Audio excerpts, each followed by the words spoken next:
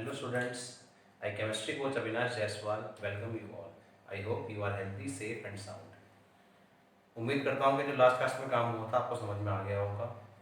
उसमें हम लोगों ने precision, accuracy, significant figures, scientific notation, rules, addition subtraction का काम और राउंडिंग ऑफ का काम भी सीख लिया था।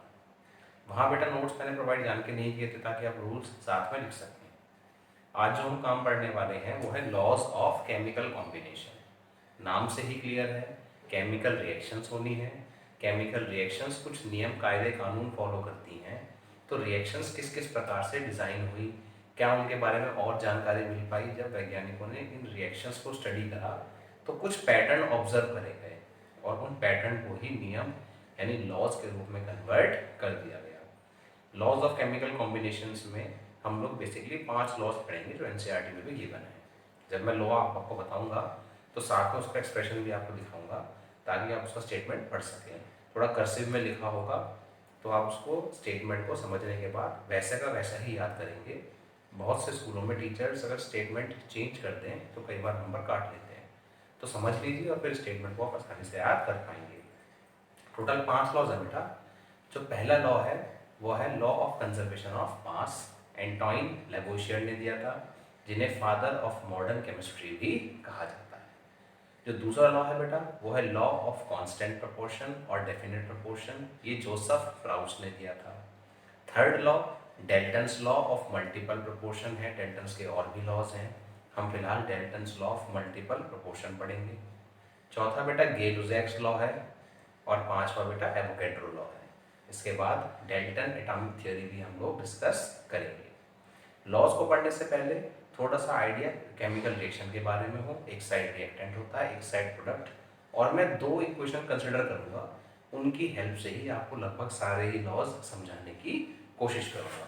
बोर्ड पे ध्यान दीजिए बेटा, बहुत बेसिक सी रिएक्शन है। मेरे पास एक एलिमेंट है हाइड्रोजन, गैसियस फेज में होता है हाइड्रोजन।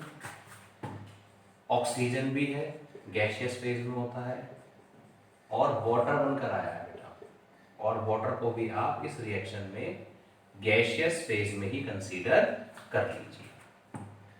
फिर से हाइड्रोजन है बेटा, फिर से ऑक्सीजन है। इस बार दोनों की कंसंट्रेशन, दोनों की अमाउंट सेम है और इससे बन गया H2O2 गैस। सही है बेटा। अभी हम सभी को गैसियस ही मान के चलते हैं, रिएक्शन के हिसाब से हो सकता है ऐसा। यहां पर अगर मैं देख रहा हूं तो 2 यूनिट्स है यानी कि 2 मोल्स हैं। यहां पर 1 मोल है, यहां पर 2 मोल है। Moles means number of particles.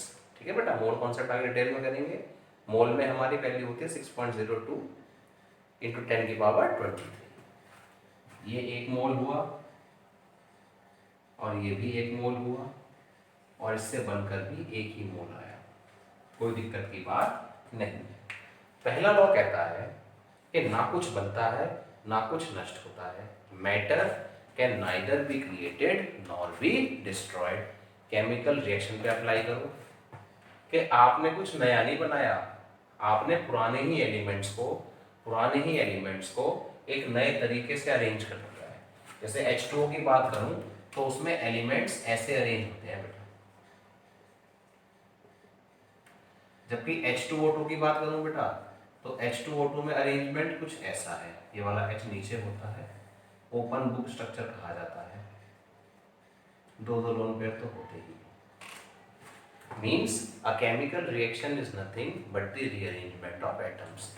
आप कुछ बना नहीं सकते, आप कुछ नष्ट नहीं कर सकते, आपके पास कुछ ऑलरेडी था, बस आपने उसको एक फॉर्म से दूसरी फॉर्म में कन्वर्ट कर दिया है। नोट्स लॉस के स्पेशली आप साथ साथ बनाएंगे, इसमें आप बाद में नहीं करेंगे, तुरंत साथ में स्टेटमेंट दिख रहा होगा, लॉ की हेडिंग बनाइए और लॉ लिखिए साथ में। तो यहाँ से हमें क्लियर हुआ कि हम सभी जानते हैं कि जो भी आप, मान लीजिए बेटा आप घर में फूड ही प्रिपेयर कर रहे हैं तो उसका सारा इंग्रेडिएंट आपको नेचर से ही मिला है, आप उसको क्रिएट नहीं करते। अब आप कहेंगे मैंने पौधा लगाया है तो सीड मिला होगा आपको, सीड तो आपने जनरेट नहीं कर दिया होगा। मीन्स एटम्स को आप क्रिएट नहीं कर सकते, वो नेचर में एग्जिस्टिंग है, वो वन और द अदर फॉर्म में ही पाए जाते हैं, आप उसे एक फॉर्म से दूसरे फॉर्म में कन्वर्ट कर देते हैं। एंटोइन लेवोइशियर को ही फादर ऑफ मॉडर्न केमिस्ट्री कहा जाता है। इन्होंने कंबशन रिलेटेड प्रोसेस के बारे में बहुत डिटेल में बात की थी, इसीलिए। ठीक, दूसरे पर आते हैं। स्टेटमेंट दिखाई दे रहा होगा, साइंटिस्ट की फोटोज भी साथ में आ रही होगी बेटा, एनसीईआरटी में भी है, वहाँ से भी देख सकते हैं। बुक सबके पास है नहीं तो मैं जहाँ होगा मैं आपको नोट्स प्रोवाइड करूँगा, जहाँ ज़रूरत नहीं होगी वहाँ पे नोट्स आपको साथ में लिखवाऊंगा। कोशिश करूँगा कि वीडियो के बाद नहीं, आप साथ साथ ही नोट्स बनाएं तो थोड़ी सी और आसानी होगी। दूसरा लॉ कहता है बेटा, आप ध्यान से देखिए, किसी भी रिएक्शन में कोई कंपाउंड बनता है, जैसे हमने केमिकल रिएक्शन से वाटर बनाया, तो वाटर नेचर में भी पाया जाता है। H2O आपको सी वाटर में, रिवर वाटर में, रेनफॉल में, स्नोफॉल में बहुत जगह मिल जाएगा।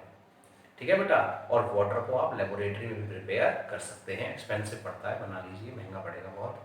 तो जोसेफ प्राउस ने कहा, जब भी कोई रिएक्शन होगी और कोई कंपाउंड बनेगा, तो जो कंपाउंड बनकर आएगा उसमें एलिमेंट्स का कॉम्पोजिशन फिक्स रहेगा। आसान शब्दों में H2O को आप सिंथेटिकली प्रिपेयर कीजिए, मींस लेबोरेटरी में बनाइए। H2O को आप नेचर से लाइए, नेचुरल सोर्स से लाओ या लेबोरेटरी से लाओ, एलिमेंट्स में जो परसेंटेज ऑफ कॉम्पोजिशन है वो फिक्स है। एग्जाम्पल के तौर पे अगर आपके पास H2O है बेटा, बिल्कुल ध्यान से देखेंगे बेटा, अगर आपके पास H2O है, इर्रिस्पेक्टिव ऑफ इट्स सोर्स, आप कहाँ से लाए मुझे इस बात से मतलब नहीं है, आपके पास H2O है ना, तो उसमें percentage of hydrogen and percentage of oxygen हमेशा फिक्स रहेगा। कैसे निकालते हैं? हाइड्रोजन का मास ऊपर, टोटल मास नीचे, इनटू 100। तो ये कुछ ऐसे बनेगा आपका 200/18, सॉल्व आप खुद कर सकते हैं, ये बनेगा 16/18 इंटू 100। तो जो भी आपका आंसर आएगा वो परसेंटेज में आ जाएगा। इन शॉर्ट, अगर कोई एलिमेंट को किसी रिएक्शन के बाद कोई प्रोडक्ट बना रहा है, कोई कंपाउंड है आपके पास, चाहे वो नेचुरली अकरिंग हो या आपने लेबोरेटरी में बनाया हो, उस बात से फर्क नहीं है, कंपाउंड है ना, तो उसमें एलिमेंट्स का कॉम्पोजिशन हमेशा फिक्स रहेगा। आगे मैं आपको जब पार्ट सेकंड पढ़ेंगे तो वहाँ पर इंटरस्टिशियल हाइड्राइड्स पढ़ूंगा, तो वो इसको रूल को फॉलो नहीं करते। ठीक है ना, आगे की बात है वो, फिलहाल मैंने इतना बता दिया। कंपाउंड हो, चाहे नेचर में बनाया गया हो, चाहे लेबोरेटरी में बनाया गया हो, चाहे नेचर से मिला हो, आपको परसेंटेज ऑफ कॉम्पोजिशन हमेशा फिक्स है, आप उसको चेंज नहीं कर सकते। दोबारा से बेटा एक बार, कोई भी कंपाउंड चाहे आप नेचर से लाए हो या आपने लेबोरेटरी में बनाया गया हो, कोई फर्क नहीं पड़ता, परसेंटेज ऑफ कॉम्पोजिशन हमेशा फिक्स है। कोई आपसे पूछ ले क्या कोई ऐसे कंपाउंड हैं जो लॉ ऑफ कांस्टेंट प्रोपोर्शन को और डेफिनेट प्रोपोर्शन को फॉलो नहीं करते, तो आंसर है इंटरस्टिशियल कंपाउंड्स। इंटरस्टिशियल कंपाउंड्स बेटा थोड़ा बता देता हूँ क्या होता है। जब भी आप एटम्स को अरेंज करते हैं किसी भी क्रिस्टलाइन सॉलिड में, क्रिस्टल आप समझते ही हैं, सॉल्ट के क्रिस्टल्स हैं, डायमंड के क्रिस्टल्स हैं, शुगर के क्रिस्टल्स हैं, तो उसमें बेटा एटम्स का अरेंजमेंट होता है, एटम्स का, मॉलिक्यूल्स का, आयंस का, पार्टिकल्स का। वो जो मैं तरीके बना रहा हूँ इनके तरह से भी हो सकता है और किसी और नए तरीके से भी हो सकता है। अब होगा क्या, इनमें स्पेस खाली होता है, बीच में कहीं ना कहीं स्पेस क्या होता है बेटा, खाली होता है, और उस खाली स्पेस पे छोटे छोटे एटम जाकर बैठ जाते हैं। जाकर बैठ जाने से कई बार तो ये रिएक्ट कर जाते हैं और कई बार नहीं, तो इनकी रिएक्शन होती तो है लेकिन एक डेफिनेट प्रोपोर्शन में नहीं हो पाती। मीन्स कभी तो 2 एटम बैठ गए, कभी 5, कभी 50, तो रेशो फिक्स नहीं होता। तो ये लॉ ऑफ डेफिनेट प्रोपोर्शन को फॉलो, जो लॉ ऑफ डेफिनेट प्रोपोर्शन को फॉलो नहीं करते, ये भी आप नोट कर सकते हैं। नोट करके लिखेंगे लॉ के बाद, interstitial compounds do not obey law of definite proportion. तीसरा लॉ थोड़ा इंपॉर्टेंट लॉ है, ध्यान से समझने वाला है, इसलिए जो एक्स्ट्रा है फिलहाल मैं बोर्ड से हटा रहा हूँ, आप बिल्कुल ध्यान से उसको समझेंगे, ये रिएक्शन भी उसमें भी कनेक्ट होंगे, बिल्कुल ध्यान से। स्टेटमेंट आपको दिख रहा होगा, आप पढ़िए ध्यान से, 2 सेकंड 4 सेकंड लगे, पढ़िए स्टेटमेंट क्या कह रहा है।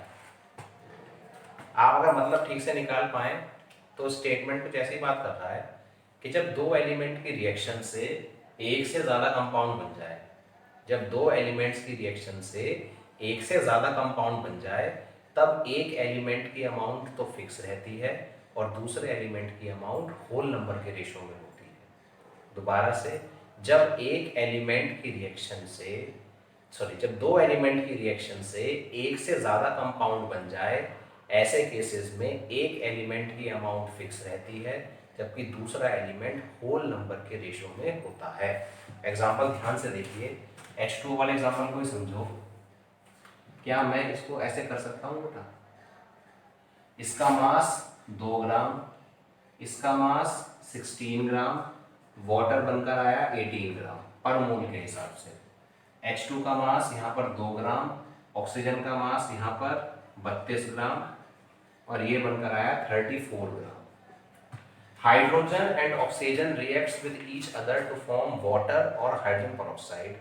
हाइड्रोजन और ऑक्सीजन के रिएक्शन से वाटर भी बन जाता है और हाइड्रोजन पेरोक्साइड भी बन जाता है। हमने अब रिएक्शन में क्या देखा कि हाइड्रोजन का अमाउंट दोनों जगह फिक्स है। हाइड्रोजन का अमाउंट दोनों जगह क्या है बेटा? फिक्स है, लेकिन ऑक्सीजन का अमाउंट रेशो में है। आप ध्यान से देखिए, amount of oxygen is in the ratio of 16:32 और 1:2। इन शॉर्ट मैं आपसे कह सकता हूं कि जब दो एलिमेंट्स रिएक्ट करते हैं और कंपाउंड एक से ज्यादा बन जाता है, तब एक एलिमेंट की अमाउंट फिक्स रहती है और दूसरे की होल नंबर के रेशो में। एक एग्जांपल आप खुद भी ट्राई कर सकते हैं। Carbon plus half O2 gives CO, carbon plus O2 gives CO2। इस प्रकार से भी आप इस लॉ को समझ सकते हैं। स्टेटमेंट हिंदी में मन में बिठाइए और फिर जो स्टेटमेंट मैं आपको फोटोज में दिखा रहा हूं आप उसको लिखेंगे भी और आप उसको याद भी करेंगे। ठीक, दो एलिमेंट की रिएक्शन से जब एक से ज्यादा कंपाउंड बने तब ये लॉ एप्लीकेबल होगा। अगर एक ही कंपाउंड बनता है दो एलिमेंट से, तब ये लॉ एप्लीकेबल नहीं होगा। कंपेयर आप दो नहीं कर पाएंगे। चौथे लॉ की बात करूं तो चौथा लॉ भी कुछ ऐसी ही बात करता है जैसी बात कांस्टेंट प्रोपोर्शन में हुई थी। वो कहता है कि किसी भी रिएक्शन में आपके पास अगर गैसेस हैं तो जब गैसेस रिएक्ट करेंगी आपस में, उनका वॉल्यूम और जो प्रोडक्ट बनकर आएगा उसका वॉल्यूम, ये सारे के सारे वॉल्यूम होल नंबर के रेशो में होंगे। हम भी जानते हैं इस बात को, आप भी जानते हैं कि जब रिएक्शन होती है तो वो एक रेशो में होती है। एक हाइड्रोजन था, दो ऑक्सीजन थे, एक हाइड्रोजन था, हाफ ऑक्सीजन था, बैलेंस कर सकते हैं हम उसे। तो यहाँ से बात इतनी तो क्लियर है ही कि अगर गैसेस की रिएक्शन हो रही है, उन्होंने गेल लुजैक्स ने गैसेस की बात करी है, वॉल्यूम हम गैस का निकालते हैं क्योंकि एक फिक्स टेम्परेचर पे डिफरेंट गैसेस का वॉल्यूम सेम आता है। अगर आपने टेम्परेचर फिक्स कर दिया, से 25 डिग्री सेल्सियस कर दिया, तो सभी गैसेस का वॉल्यूम फिक्स हो जाएगा बेटा। उसे हम स्टैंडर्ड वॉल्यूम कहेंगे। फिर दोबारा से, अगर गैसेस की रिएक्शन हो रही है, गैसेस पे फोकस किया, तो गैसेस के केस में जब रिएक्शन होगी तो रिएक्टेंट, जब प्रोडक्ट बनेंगे तो प्रोडक्ट भी सभी एक दूसरे के होल नंबर के रेशो में रहेंगे। बहुत सिंपल सा लॉ है कि भैया गैसेस की बात करनी है तो टेम्परेचर कांस्टेंट रखना है। वजह, टेम्परेचर बढ़ता है तो गैस फैलती है, गैस फैलती है तो गैस का वॉल्यूम बढ़ेगा और वॉल्यूम बढ़ेगा तो उससे पार्टिकल्स चेंज हो जाते हैं थोड़े से। फिलहाल के लिए जो लॉ है उस पर स्टिक करते हैं कि गैसेस के पार्टिकल्स अगर कांस्टेंट टेम्परेचर है तो different gases will have same number of particles. जैसे कि एक मोल सब्सटेंस की बात की जाए तो उसमें 6.02 इंटू 10 की पावर 23 पार्टिकल्स ही होंगे। ये बच्चों को समझने में थोड़ा डाउट क्रिएट करता है कि कैसे, लेकिन आप सोचिए इस बात को कि भाई गैसेस के पार्टिकल्स को दूर दूर बैठना होता है, वैज्ञानिकों ने हमारे लिए काम कर दिया है।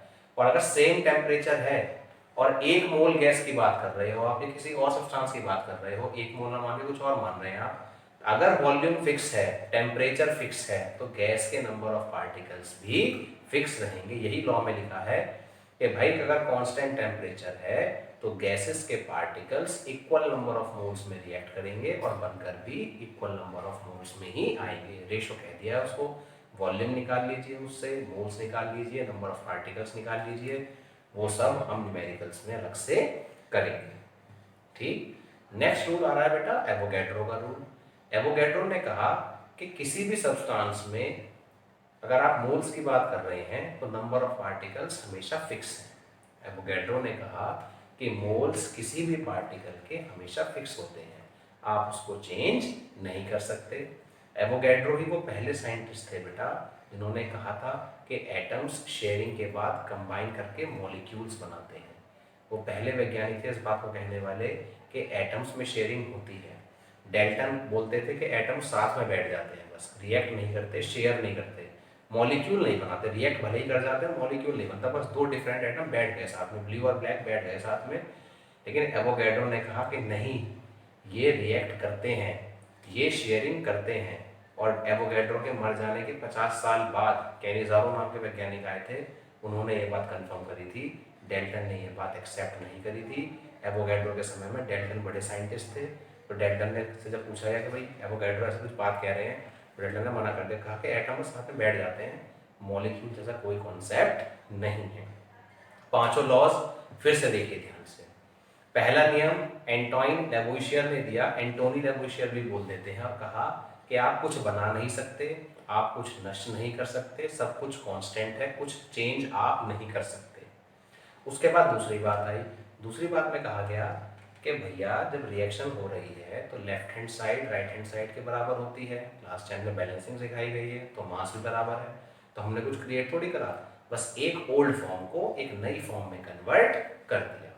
सेकेंड आया लॉ ऑफ कांस्टेंट प्रोपोर्शन और डेफिनेट प्रोपोर्शन। उसमें कहा गया कि अगर कोई कंपाउंड है, भले ही वो आपको नेचर से मिला हो या वो आपको मिला हो कहाँ से बेटा, नेचर से मिला हो या फिर लेबोरेटरी में बनाया हो, परसेंटेजेस ऑफ एलिमेंट्स हमेशा फिक्स रहेंगी, उसका कॉम्पोजिशन हमेशा फिक्स रहेगा।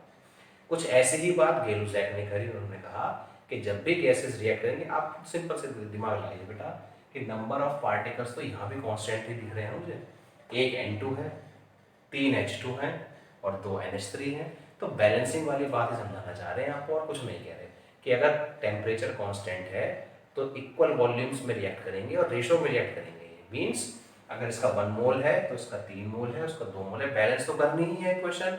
कहने की बात है कि गैसेस हमेशा रेशो में रिएक्ट करती हैं और इनका प्रोडक्ट और रिएक्टेंट्स में आपस में एक रेशो बनता है। डेल्टन ने कहा कि जब दो एलिमेंट्स की रिएक्शन से एक से ज़्यादा कंपाउंड बन जाए, जब दो एलिमेंट्स की रिएक्शन से एक से ज़्यादा कंपाउंड बन जाए, तो ऐसे केस में आप ध्यान रखेंगे कि एक एलिमेंट की अमाउंट फिक्स है और दो एलिमेंट की अमाउंट होल नंबर के रेशो में आती है। एवोगैड्रो ने अपनी वही बात करी जो एवोगैड्रो नंबर वाली है कि अगर आपके पास किसी पार्टिकल के इक्वल मोल्स हैं तो उसमें नंबर ऑफ पार्टिकल्स भी इक्वल ही होंगे, और वो था 6.023 इंटू 10 की पावर 23। इस प्रकार से सारा सीक्वेंस चला। लॉज को बहुत ध्यान से पढ़ना है, लिखना है, एनसीईआरटी भी पढ़नी है। कहीं पर कोई दिक्कत आए तो आप मुझसे पूछ सकते हैं। जिनके पास एनसीईआरटी नहीं है, मैं एनसीईआरटी के पेजेस भी आपको लेक्चर के बाद भेज दूंगा। इसके बाद थोड़ा डेल्टन्स एटॉमिक थ्योरी के बारे में बात आती है, फिर कल से हमें एटॉमिक मास वगैरह स्टार्ट करना और फिर बर्डन काम शुरू हो जाएगा। डेल्टन ने कहा कि भैया अगर आपके पास दो तरह के एलिमेंट्स हैं, सही है, तो ये सब एटम से मिलके बने हुए हैं, ये भी एटम में है, ये इसके अंदर भी एटम है। इसके जो एटम्स हैं, मान लो ये ब्लैक पेन है तो सारे के सारे एटम्स ब्लैक बोला उसने, ये ब्लू है तो सारे के सारे एटम ब्लू। उसने कहा कि अगर तुम्हारे पास कोई भी सब्सटेंस है तो वो एटम से कंपोज्ड है, सब एटम ही है, और एटम को आप डिवाइड नहीं कर सकते। डेल्टन का मानना था कि एटम से ही हर चीज़ बनी है, एटम ही इलेक्ट्रॉन छोड़ के आयन में कन्वर्ट होता है, एटम ही इलेक्ट्रॉन लेकर एनायन में कन्वर्ट होता है, तो कटायन आयन बन जाते हैं, शेयरिंग हो जाती है। डेल्टन का ये मानना था कि हर जगह एटम ही है, अब वो कैसे भी हो, शेयरिंग के कॉन्सेप्ट को वैसे वो मानता नहीं था, वो कहता था एटम बस साथ बैठे हैं। फिर डेल्टन ने कहा अगर एक प्रकार के ही एलिमेंट है आपके पास तो उसमें सारे एटम सेम होंगे, अगर एक ही प्रकार का एलिमेंट है तो उसमें सारे एटम सेम होंगे। अगर सारे के सारे आपके पास, मान लीजिए आपके पास है कार्बन, तो सारे के सारे एटम कार्बन होंगे और इनका मोलर मास एटॉमिक नंबर 6 होगा, प्रोटॉन 6 होंगे, इलेक्ट्रॉन 6 होंगे। इस हिसाब से उसने कहा, आइसोटोप्स की बात इसमें नहीं बताई। दूसरा इसने कहा कि अगर दो अलग एटम्स हैं, दो अलग एलिमेंट्स हैं, तो इनके अंदर एटम्स भी डिफरेंट होंगे। एक कार्बन है भैया और एक हमारे पास नियॉन है, तो नियॉन का एटॉमिक नंबर 10 है और इसका एटॉमिक नंबर 6 है, तो ये तो डिफरेंट होंगे ही, ये एक साथ एक से नहीं हो सकते। उसके बाद इन्होंने कहा कि जब केमिकल रिएक्शन होती है, जब केमिकल रिएक्शन होती है तो पुराने बॉन्ड्स टूट जाते हैं और नए बॉन्ड्स बन जाते हैं। आप कुछ नया क्रिएट नहीं करते, जो जैसा है पहले वो वैसा ही रहेगा। आप किसी रिएक्शन में कुछ भी नया क्रिएट नहीं करते, बस पुराने बॉन्ड टूटते हैं और नए बॉन्ड बनते हैं। इस बात को समझो। अगर रिएक्शन हाइड्रोजन की ऑक्सीजन के साथ कराई जाए, अगर रिएक्शन हाइड्रोजन की ऑक्सीजन के साथ कराई जाए तो H2O बनेगा। अगर रिएक्शन हाइड्रोजन की ऑक्सीजन के साथ कराई जाए, बैलेंस हम कर लेंगे, लीजिए इसको 2 ग्राम मान लिया है, इसको 16 ग्राम, बैलेंस अपने आप ही हो गया। तो हुआ क्या, हाइड्रोजन के सिंगल बॉन्ड थे, टूट गए, ऑक्सीजन के डबल बॉन्ड थे, टूट गए, H का बॉन्ड H से बना था, O का बॉन्ड O से बना था, लेकिन रिएक्शन के बाद क्या निकल कर आया कि ऑक्सीजन ने बॉन्ड बना रखा था वो भी H से। तो ये थ्योरी ज़्यादा इंपॉर्टेंट नहीं है, बस ये बेसिक है, तो हमें पता होना चाहिए कैसे कैसे कहानी चलती है, उसी के हिसाब से हम सारा प्रोसेस आगे पढ़ते हैं बेटा अपना। तो डेल्टन की थ्योरी के पोस्टुलेट्स आपको मिल गए होंगे, आप देख सकते हैं, और साथ साथ नोट करना है, थोड़ा सा काम इंपॉर्टेंट है, बहुत ज़्यादा इंपॉर्टेंट नहीं है। लॉस तो पाँचों के पाँचों इंपॉर्टेंट है, डेल्टन की थ्योरी आपको पता होनी चाहिए, कोई आपसे पूछेगा नहीं, मैं पहले ही आपसे कह रहा हूँ। अब थोड़ी सी बात करते हैं एटॉमिक मासेस की। तो बेटा आप जानते हैं कि जो एटॉमिक मास है वो एटम का मास है, और एटम में जो फंडामेंटली रोल प्ले करता है वो है प्रोटॉन और उसका इलेक्ट्रॉन। आप भी जानते हैं इस बात को, लेकिन अगर आपने एटॉमिक मास का फॉर्मूला पढ़ा हो तो वो बराबर होता है न्यूट्रॉन प्लस प्रोटॉन के, यानी न्यूट्रॉन और प्रोटॉन के मास से ही एटम का मास माना जाता है। अगर कोई आपसे एग्जैक्टली पूछे कि एक एटम का मास किसके बराबर है, तो बच्चे न्यूट्रॉन प्लस प्रोटॉन बोल के छोड़ देते हैं, गलती नहीं है, फॉर्मूले में यही सिखाया गया है। लेकिन अगर कोई पूछे एग्जैक्टली किसके बराबर है, तो neutron plus proton plus electron का मास, तीनों का मास लिया जाता है। इलेक्ट्रॉन का मास बहुत ज़्यादा कम होने की वजह से, इलेक्ट्रॉन का मास बहुत ज़्यादा कम होने की वजह से उसको इग्नोर कर दिया जाता है। तो एटॉमिक मास आपका बराबर हो जाता है किसके बेटा, न्यूट्रॉन प्लस प्रोटॉन के। अब एटम का मास कैसे निकाला गया, बड़ी चिंता हुई, बड़ी टेंशन हुई, कैसे? तो आप एक बात बताइए मुझे बेटा कि आज हम जो 1 किलोग्राम मानते हैं या 1 मीटर की लेंथ मानते हैं, तो इसके लिए हमने कुछ ना कुछ एज्यूम किया होगा। एज्यूम इन द सेंस कि आपने अगर फिजिकल मेजरमेंट वाला चैप्टर पढ़ा है फिजिक्स वगैरह में, तो वहाँ बताया गया है कि भाई कोई सिलेंडर है और उसका वेट हमने 1 किलो मान लिया, हमने एज्यूम कर लिया कि ये 1 किलो का है, और उसी के रेफरेंस में सब निकाल दिए गए। भाई कभी ना कभी तो एज्यूम करना पड़ेगा ना कि भाई इतने मास को मैं 1 किलोग्राम कहूँगा। अब उसी के हिसाब से हम 2 किलोग्राम, 4 किलोग्राम, 5 किलोग्राम करते गए। ऐसे ही एक रॉड की लेंथ को 1 मीटर मान लिया गया, अब उसके रेफरेंस में ही सारी चीज़ें निकाल दी गई। ऐसे ही वैज्ञानिकों ने कार्बन के रेफरेंस में एटॉमिक मास को निकाला। तो एटॉमिक मास यूनिट किसके बराबर होती है, अगर आपको डेफिनेटली पूछे तो 1 atomic mass unit is equal to the 1/12 of the mass of 1 carbon atom. किसी ना किसी एलिमेंट को तो एज्यूम करना ही था, अब वैज्ञानिकों ने कार्बन को एज्यूम कर लिया। दोबारा से आप जो भी सिस्टम मानते हैं, किसी ना किसी ने तो कभी ना कभी तो एज्यूम करा होगा कि भाई इतनी जगह को 1 एकड़ कहा जाएगा, इसको गज बोलेंगे, 100 गज हो जाएगा, फिर 1000 गज हो जाएगा, तो उस हिसाब से काम चलेगा। ऐसे ही मास को भी सेलेक्ट किया गया, एज्यूम करा गया कि भाई इतना मास 1 किलोग्राम कहलाएगा, उसकी छोटी यूनिट ग्राम रहेगी और छोटी यूनिट मिलीग्राम रहेगी, बड़ी unit quintal, ton and so on. ऐसे ही लेंथ को भी एज्यूम करा गया था कि भाई इतनी लेंथ का ये स्केल है, ये रॉड है, इसको हम 1 मीटर कहेंगे। यानी कि कुछ अजम्पशंस बनाने पड़ते हैं और उसके बेसिस पे ही हम रेफरेंस में मासेस निकालते हैं। तो एटॉमिक मास यूनिट आपने छोटी क्लास में पढ़ा होगा, 9th क्लास में पढ़ा होगा कि 1 एटॉमिक मास यूनिट, इसको AMU कहा जाता है, वो बराबर होता है बेटा किसके, 1 एटॉमिक मास यूनिट, जिसको आप बेटा AMU भी कहते थे, वो बराबर होता है 1/12 into mass of 1 carbon 12 atom. Carbon 12 के एक एटम के मास के बराबर ही 1 एटॉमिक मास यूनिट होता है। इसको आजकल यूनिफाइड मास के नाम से भी जानते हैं बेटा। यूनिफाइड मास यानी कि यू, और ये भी इसी के बराबर है, एटॉमिक मास यूनिट को ही बोलते हैं। अब इसमें रेफरेंस क्या निकलता है?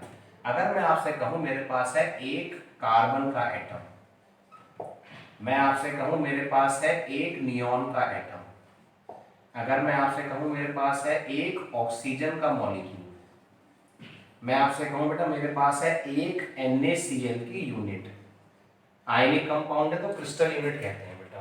तो 1 कार्बन एटम, अकेला एटम बराबर होगा 12 UK, एक नियॉन एटम बराबर होगा 20 UK, 1 ऑक्सीजन मॉलिक्यूल बराबर होगा 32 UK, और 1 NaCl बराबर होगा 23 plus 35.5 is equal to 58.5 UK। हर एक एलिमेंट में आपने अगर एटॉमिक मास यूनिट लगा दी तो वो सिंगल यूनिट का मास होता है, और जैसे ही आपने ग्राम लगा दिया वो आपका एक मोल का मास बन जाता है। मोल कॉन्सेप्ट कल कराऊंगा, 2-3 दिन चलेगा ये टॉपिक, और मोल कॉन्सेप्ट बहुत ज़्यादा इंपॉर्टेंट है। फिलहाल मैंने आपको ये समझा दिया कि किस प्रकार से हमने ये एज्यूम किया है बेटा। अब 1/12 into mass of 1 carbon 12 atom की यूनिट भी आपसे पूछते हैं, इसकी वैल्यू पूछी जाती है आपसे, वो भी मोल कॉन्सेप्ट के साथ ही मैं आपको कराऊंगा, उसमें भी कोई दिक्कत नहीं है। एक छोटा सा टॉपिक और है बेटा, उसको देखते हैं, नाम है एवरेज एटॉमिक मास। नाम है बेटा एवरेज एटॉमिक मास।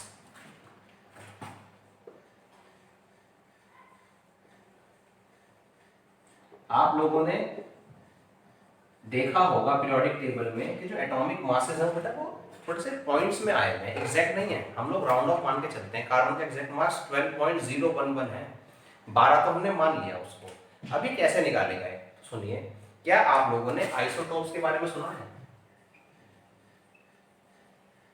नहीं सुना है तो लिखिए, isotopes are those substances, those elements which have same atomic number but different mass number.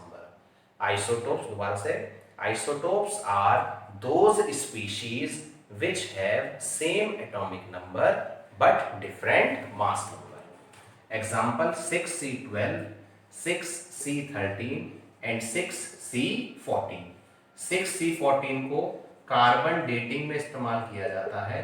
Carbon dating means fossil fuel की जो एज निकालते हैं, या फिर फॉसिल की एज कह लीजिए, फॉसिल फ्यूल मत कहिए, फॉसिल की जो एज निकलती है। जैसे आपने न्यूज में कभी सुना होगा कि एक जानवर का दांत मिला है जो 1000 साल पुराना है, तो वो सब इसके इस्तेमाल से किया जाता है। और ये जो एलिमेंट है बेटा, ये जो आइसोटोप है, ये रेडियो एक्टिव है, मीन्स इसके अंदर से अल्फा बीटा गामा जैसी हार्मफुल रेज निकलती है। अब जब भी मैं कोई चीज एक्स्ट्रा बता रहा हूँ तो ये आपको नोट करनी होती है, तो ध्यान से इसको लिखेंगे। आइसोटोप्स के एग्जांपल ये भी हैं बेटा, 1H1, 1H2, 1H3, protium, deuterium and tritium. Isotopes के अलावा इसको देख लीजिए बेटा, कुछ चीजें और भी आ रही है साथ में निकल के। आइसोटोप के अलावा एक टॉपिक आता है आइसोबार, मिला जुला ही है बेटा। इसमें होता है सेम एटॉमिक नंबर, सॉरी दोबारा से, आइसोटोप्स के अलावा एक टॉपिक आइसोबार भी आता है, जिसमें एटॉमिक नंबर तो होता है डिफरेंट, लेकिन एटॉमिक मास होता है same. Same atomic mass, different atomic number. Definition आप खुद भी बना सकते हैं, कोई बहुत खतरनाक बात नहीं है। एग्जाम्पल के तौर पे देखिए, हमारे पास ऑक्सीजन का है, फॉस्फोरस का है, बहुत से एग्जाम्पल हैं। फॉस्फोरस जो है उसके एक आइसोटोप का मास 32 भी होता है, ऐसे ही सल्फर के एटम का मास 32 होता है। तो मैं कह सकता हूं आपसे, ये आपके हो गए एग्जाम्पल किसके बेटा, आइसोबार के। आइसोबार का एग्जाम्पल ये भी है, 18 आर्गन 40, 20 कैल्शियम 40। इस प्रकार से आप आइसोबार भी लिख सकते हैं। एक और बता रहा हूं, लिख लीजिए, काम आएगा। आइसोटोन्स कहा जाता है बेटा। आइसोटोन्स क्या होता है? डिफरेंट स्पीशीज हैं, बस क्या सेम होगा, सेम नंबर ऑफ न्यूट्रॉन्स। इनके अंदर न्यूट्रॉन्स के नंबर बराबर होते हैं। एटॉमिक मास किसके बराबर बताया था मैंने आपको? अगर एग्जैक्टली बोलोगे तो proton plus neutron plus electron का मास। इलेक्ट्रॉन का मास कम है तो छोड़ दीजिए, तो बराबर हो गया न्यूट्रॉन प्लस प्रोटॉन के। न्यूट्रॉन हो गया एटॉमिक मास का सिंबल ए होता है -p। अब ध्यान से देखो, मेरे पास है oxygen 8O16, atomic number, atomic symbol, atomic mass, तो यहां से न्यूट्रॉन आए 16 - 8, n = 8 आ गया। यहीं पे अगर मैं बात करूं एग्जांपल में ही कार्बन की 6C14 वाले आइसोटोप की बेटा, तो इसके अंदर न्यूट्रॉन आएंगे 14 - 6, तो n = 8।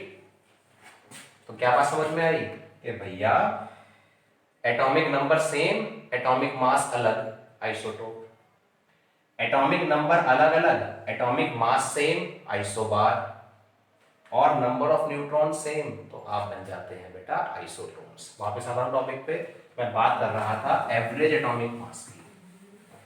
तो अगर आपके पास कोई एलिमेंट है और उस एलिमेंट के सपोज कीजिए 3 आइसोटोप्स हैं बेटा, तो हम तीनों का मास तो ले नहीं सकते। कार्बन का मास हमने 12 माना, तो वो कैसे माना, तो मैं आपको समझा रहा हूं अभी कि एवरेज एटॉमिक मास निकालने के लिए हम क्या करते हैं, आइसोटोप्स की परसेंटेज अबंडेंस के साथ मल्टीप्लाई करते हैं उनके एटॉमिक मास की और डिवाइड करते हैं 100 से। मींस सपोज कीजिए मैं हाइपोथेटिकल वैल्यूज लेके चलता हूं, हाइपोथेटिकल वैल्यूज मतलब मैंने याद नहीं कर रखी, याद आपको भी नहीं करनी है, कि जो कार्बन 12 है वो नेचर में 99% पाया जाता है। सपोज कर लीजिए कार्बन 13 जो आइसोटोप है वो पाया जाता है 0.98%, और जो कार्बन 14 है वो 0.02% ही पाया जाता है केवल। सही है, इसका मास 12 है, इसका 13 है, इसका 14 है, एग्जैक्ट मास नहीं, ये भी आसपास के मास हैं। तो एवरेज एटॉमिक मास जो आप निकालेंगे वो ऐसे निकलेगा कि कार्बन 12 99, मास है 12/100 प्लस 0.98 × 13/100 प्लस 0.02 × 14/100। जब इसको सॉल्व करते हैं तो 12.011 आता है। ये तो खैर मैंने एग्जैक्ट वैल्यू लिख दी, लेकिन परसेंटेज अबंडेंसेस जो हैं ये रफ वैल्यूज हैं, आपको समझाने के लिए, याद आपको भी नहीं करनी। पेपर में अगर आता है कि भैया एवरेज एटॉमिक मास क्यों निकाला गया, तो आप कहेंगे कि आइसोटोप्स हैं लगभग सारे ही एलिमेंट्स के, और जब आइसोटोप्स हैं तो कोई सा एक एटॉमिक मास कंसीडर करना पड़ेगा रिएक्शन के लिए, तो 3 तो ले नहीं सकते, तो एवरेज निकाला जाता है। और एवरेज मैथमेटिक्स की तरह सिंपल एवरेज नहीं है कि तीनों का मास जोड़ के डिवाइड कर दिया 3 से। यहाँ जो ज्यादा पाया जा रहा है उसका परसेंटेज ज्यादा आएगा। मैं अगर आपको हिंट दूं तो जब भी एवरेज एटॉमिक मास निकालते हैं जिसकी परसेंटेज ज्यादा है उसके आसपास के निकल कर आएगा, ये आपका उससे अलग नहीं आएगा। बात समझ में आ रही है आपको क्या, कि अगर भाई 12 जो कार्बन 12 है वो ज्यादा अमाउंट है ना बहुत, तो एटॉमिक मास भी उसके बराबर ही आएगा। आज के लेक्चर को ध्यान से पढ़िए, 2 बार 3 बार, कहीं भी कोई दिक्कत मिले तो आप मुझसे पूछिए। जब तक आप पूछेंगे नहीं प्रॉब्लम सॉल्व होगी नहीं। पढ़ते रहिए, आने वाला काम जो है इंपॉर्टेंट होता रहेगा, इंटेंस होता रहेगा। प्लीज ध्यान दीजिए।